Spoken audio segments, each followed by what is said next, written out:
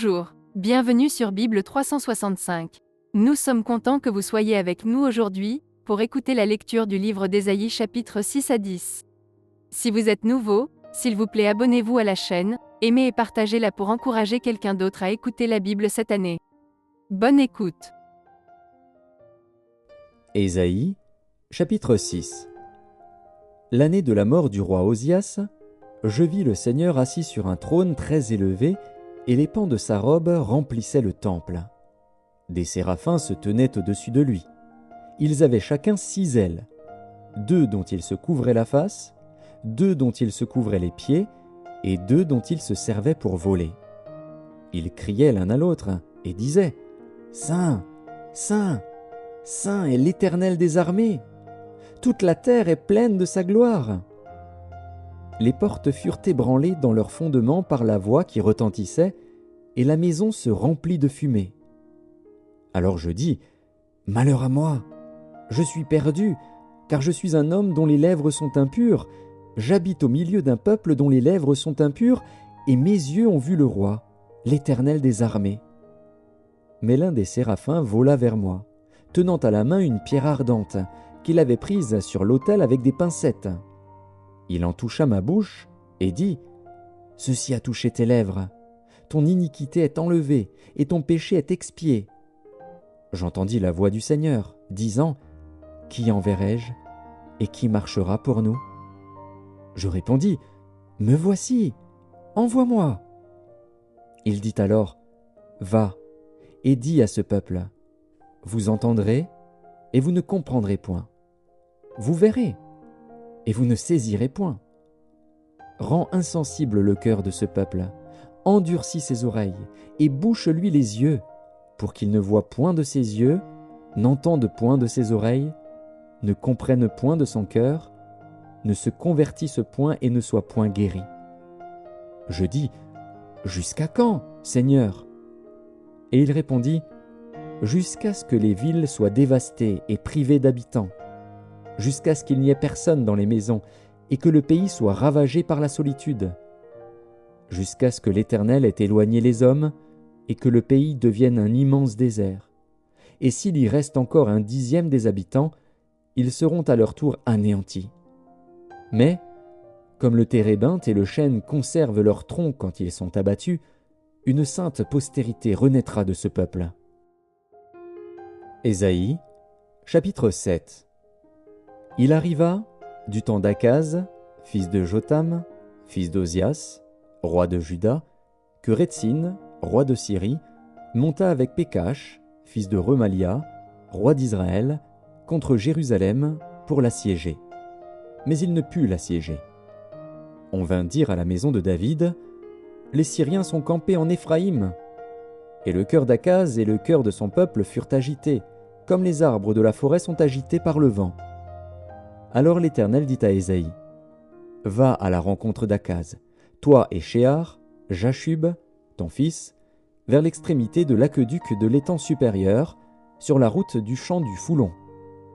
Et dis-lui, sois tranquille, ne crains rien, et que ton cœur ne s'alarme pas devant ces 2 bouts de tison fumant, devant la colère de Rétsin et de la Syrie, et du fils de Remalia, de ce que la Syrie médite du mal contre toi, de ce qu'Éphraïm et le fils de Remalia disent, « Montons contre Juda, assiégeons la ville, et battons-la en brèche, et proclamons-y pour roi le fils de Tabil. » Ainsi parle le Seigneur, l'Éternel, « Cela n'arrivera pas, cela n'aura pas lieu.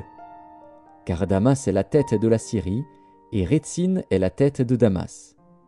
Encore 65 ans, Éphraïm ne sera plus un peuple. La Samarie est la tête d'Éphraïm, et le fils de Remalia est la tête de la Samarie. Si vous ne croyez pas, vous ne subsisterez pas. » L'Éternel parla de nouveau à Akaz et lui dit, « Demande en ta faveur un signe à l'Éternel, ton Dieu. Demande-le, soit dans les lieux bas, soit dans les lieux élevés. » Akaz répondit, « Je ne demanderai rien, je ne tenterai pas l'Éternel. » Ésaïe dit alors, « Écoutez donc, maison de David, est-ce trop peu pour vous de lasser la patience des hommes, que vous lassiez encore celle de mon Dieu ? C'est pourquoi le Seigneur lui-même vous donnera un signe. Voici, la jeune fille deviendra enceinte, elle enfantera un fils, et elle lui donnera le nom d'Emmanuel. Il mangera de la crème et du miel, jusqu'à ce qu'il sache rejeter le mal et choisir le bien. Mais avant que l'enfant sache rejeter le mal et choisir le bien, le pays dont tu crains les 2 rois sera abandonné. L'Éternel fera venir sur toi, sur ton peuple et sur la maison de ton père, des jours tels qu'il n'y en a point eu depuis le jour où Éphraïm s'est séparé de Juda, le roi d'Assyrie. En ce jour-là, l'Éternel sifflera les mouches qui sont à l'extrémité des canaux de l'Égypte et les abeilles qui sont au pays d'Assyrie. Elles viendront et se poseront toutes dans les vallons désolés et dans les fentes des rochers, sur tous les buissons et sur tous les pâturages. En ce jour-là, le Seigneur rasera avec un rasoir pris à louage au-delà du fleuve, avec le roi d'Assyrie, la tête et le poil des pieds. Il enlèvera aussi la barbe. En ce jour-là, chacun entretiendra une jeune vache et 2 brebis. Et il y aura une telle abondance de lait qu'on mangera de la crème, car c'est de crème et de miel que se nourriront tous ceux qui seront restés dans le pays. En ce jour-là, tout lieu qui contiendra 1000 ceps de vigne, valant 1000 cycles d'argent, sera livré aux ronces et aux épines. On y entrera avec les flèches et avec l'arc, car tout le pays ne sera que ronces et épines. Et toutes les montagnes que l'on cultivait avec la bêche ne seront plus fréquentées, par crainte des ronces et des épines.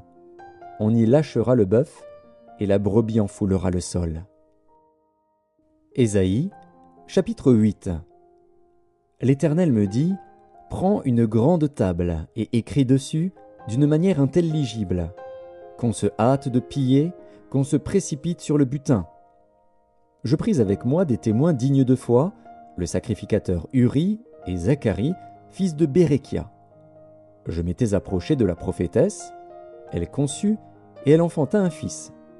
L'Éternel me dit, « Donne-lui pour nom Maher Shalal Shash-Baz. » Car, avant que l'enfant sache dire « Mon père, ma mère », on emportera devant le roi d'Assyrie les richesses de Damas et le butin de Samarie. L'Éternel me parla encore et me dit, « Parce que ce peuple a méprisé les eaux de Siloé qui coulent doucement et qu'il s'est réjoui au sujet de Rétsine et du fils de Remalia, voici, le Seigneur va faire monter contre eux les puissantes et grandes eaux du fleuve, le roi d'Assyrie et toute sa gloire.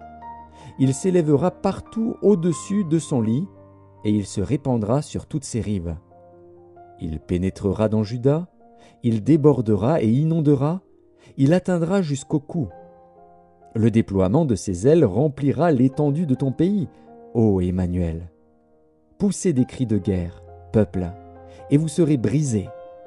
Prêtez l'oreille, vous tous qui habitez au loin. Préparez-vous au combat, et vous serez brisés. Préparez-vous au combat, et vous serez brisés. Formez des projets, et ils seront anéantis. Donnez des ordres, et ils seront sans effet, car Dieu est avec nous. Ainsi m'a parlé l'Éternel, quand sa main me saisit, et qu'il m'avertit de ne pas marcher dans la voie de ce peuple. N'appelez pas conjuration tout ce que ce peuple appelle conjuration. Ne craignez pas ce qu'il craint, et ne soyez pas effrayés. C'est l'Éternel des armées que vous devez sanctifier, c'est lui que vous devez craindre et redouter.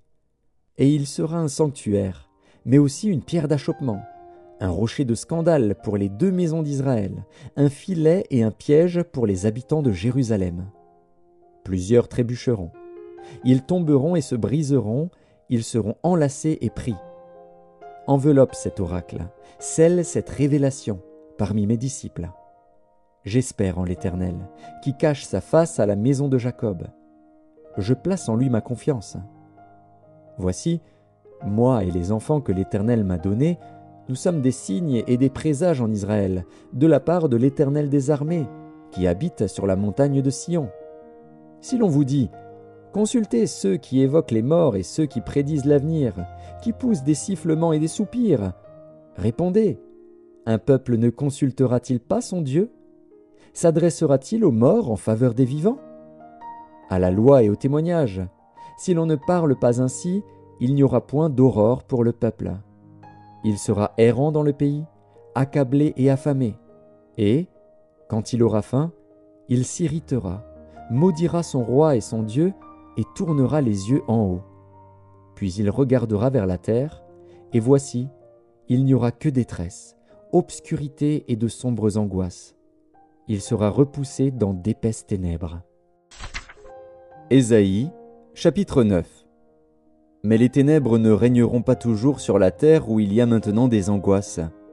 Si les temps passés ont couvert d'opprobre le pays de Zabulon et le pays de Nephtali, les temps à venir couvriront de gloire la contrée voisine de la mer, au-delà du Jourdain, le territoire des gentils. Le peuple qui marchait dans les ténèbres voit une grande lumière. Sur ceux qui habitaient le pays de l'ombre de la mort, une lumière resplendit. Tu rends le peuple nombreux, tu lui accordes de grandes joies. Il se réjouit devant toi, comme on se réjouit à la moisson, comme on pousse des cris d'allégresse au partage du butin. Car le joug qui pesait sur lui, le bâton qui frappait son dos, la verge de celui qui l'opprimait, tu les brises, comme à la journée de Madian. Car toute chaussure qu'on porte dans la mêlée et tout vêtement guerrier roulé dans le sang seront livrés aux flammes, pour être dévorés par le feu. Car un enfant nous est né, un fils nous est donné, et la domination reposera sur son épaule. On l'appellera admirable, conseiller, Dieu puissant, Père éternel, Prince de la paix. Donner à l'empire de l'accroissement et une paix sans fin au trône de David et à son royaume, l'affermir et le soutenir par le droit et par la justice, dès maintenant et à toujours. Voilà ce que fera le zèle de l'Éternel des armées. Le Seigneur envoie une parole à Jacob. Elle tombe sur Israël. Tout le peuple en aura connaissance, Éphraïm et les habitants de Samarie, qui disent avec orgueil et fierté, « Des briques sont tombées, nous bâtirons en pierre de taille. Des sycomores ont été coupés, nous les remplacerons par des cèdres. » L'Éternel élèvera contre eux les ennemis de Rétzin, et il armera leurs ennemis, les Syriens à l'Orient, les Philistins à l'Occident, et ils dévoreront Israël à pleine bouche. Malgré tout cela, sa colère ne s'apaise point, et sa main est encore étendue. Le peuple ne revient pas à celui qui le frappe, et il ne cherche pas l'Éternel des armées. Aussi l'Éternel arrachera d'Israël la tête et la queue, la branche de palmier et le roseau en un seul jour. L'ancien et le magistrat, c'est la tête, et le prophète qui enseigne le mensonge, c'est la queue. Ceux qui conduisent ce peuple l'égarent, et ceux qui se laissent conduire se perdent. C'est pourquoi le Seigneur ne saurait se réjouir de leurs jeunes hommes, ni avoir pitié de leurs orphelins et de leurs veuves. Car tous sont des impies et des méchants, et toutes les bouches profèrent des infamies. Malgré tout cela, sa colère ne s'apaise point, et sa main est encore étendue. Car la méchanceté consume comme un feu qui dévore ronces et épines. Il embrase l'épaisseur de la forêt, d'où s'élèvent des colonnes de fumée. Par la colère de l'Éternel des armées, le pays est embrasé, et le peuple est comme la proie du feu. Nul n'épargne son frère. On pille à droite, et l'on a faim. On dévore à gauche, et l'on n'est pas rassasié. Chacun dévore la chair de son bras. Manassé dévore Éphraïm, Éphraïm Manassé, et ensemble ils fondent sur Juda. Malgré tout cela, sa colère ne s'apaise point, et sa main est encore étendue. Ésaïe, chapitre 10. Malheur à ceux qui prononcent des ordonnances iniques, et à ceux qui transcrivent des arrêts injustes, pour refuser justice aux pauvres, et ravir leurs droits aux malheureux de mon peuple, pour faire des veuves leur proie, et des orphelins leur butin. Que ferez-vous au jour du châtiment et de la ruine qui du lointain fondra sur vous? Vers qui fuirez-vous pour avoir du secours, et où laisserez-vous votre gloire? Les uns seront courbés parmi les captifs, les autres tomberont parmi les morts. Malgré tout cela, sa colère ne s'apaise point, et sa main est encore étendue. Malheur à l'Assyrien, verge de ma colère. La verge dans sa main, c'est l'instrument de ma fureur. Je l'ai lâché contre une nation impie, je l'ai fait marcher contre le peuple de mon courroux, pour qu'il se livre au pillage et fasse du butin, pour qu'il le foule aux pieds comme la boue des rues. Mais il n'en juge pas ainsi, et ce n'est pas là la pensée de son cœur. Il ne songe qu'à détruire, qu'à exterminer les nations en foule. Car il dit, « Mes princes ne sont-ils pas autant de rois? N'en a-t-il pas été de Calno comme de Carchemish? N'en a-t-il pas été de Hamath comme d'Arpad? N'en a-t-il pas été de Samarie comme de Damas? De même que ma main a atteint les royaumes des idoles, où il y avait plus d'images qu'à Jérusalem et à Samarie, ce que j'ai fait à Samarie et à ses idoles, ne le ferai-je pas à Jérusalem et à ses images? Mais, quand le Seigneur aura accompli toute son œuvre sur la montagne de Sion et à Jérusalem, je punirai le roi d'Assyrie pour le fruit de son cœur orgueilleux et pour l'arrogance de ses regards hautains. Car il dit, « C'est par la force de ma main que j'ai agi, c'est par ma sagesse, car je suis intelligent. J'ai reculé les limites des peuples et pillé leurs trésors, et, comme un héros, j'ai renversé ceux qui siégeaient sur des trônes. J'ai mis la main sur les richesses des peuples, comme sur un nid, et, comme on ramasse des œufs abandonnés, j'ai ramassé toute la terre. Nul n'a remué l'aile, ni ouvert le bec, ni poussé un cri. La hache se glorifie-t-elle envers celui qui s'en sert? Ou la scie est-elle arrogante envers celui qui la manie? Comme si la verge faisait mouvoir celui qui la lève, comme si le bâton soulevait celui qui n'est pas du bois. C'est pourquoi le Seigneur des armées, enverra le dépérissement parmi ses robustes guerriers. Et, sous sa magnificence, éclatera un embrasement, comme l'embrasement d'un feu. La lumière d'Israël deviendra un feu, et son sein une flamme, qui consumera et dévorera ses épines et ses ronces en un seul jour. Qui consumera, corps et âme, la magnificence de sa forêt et de ses campagnes? Il en sera comme d'un malade, qui tombe en défaillance. Le reste des arbres de sa forêt pourra être compté, et un enfant en écrirait le nombre. En ce jour-là, le reste d'Israël et les réchappés de la maison de Jacob cesseront de s'appuyer sur celui qui les frappait. Ils s'appuieront avec confiance sur l'Éternel, le Saint d'Israël. Le reste reviendra, le reste de Jacob, au Dieu puissant.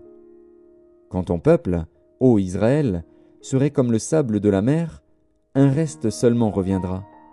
La destruction est résolue, elle fera déborder la justice. Et cette destruction qui a été résolue, le Seigneur, l'Éternel des armées, l'accomplira dans tout le pays. Cependant, ainsi parle le Seigneur, l'Éternel des armées, ô mon peuple, qui habite en Sion, ne crains pas l'Assyrien.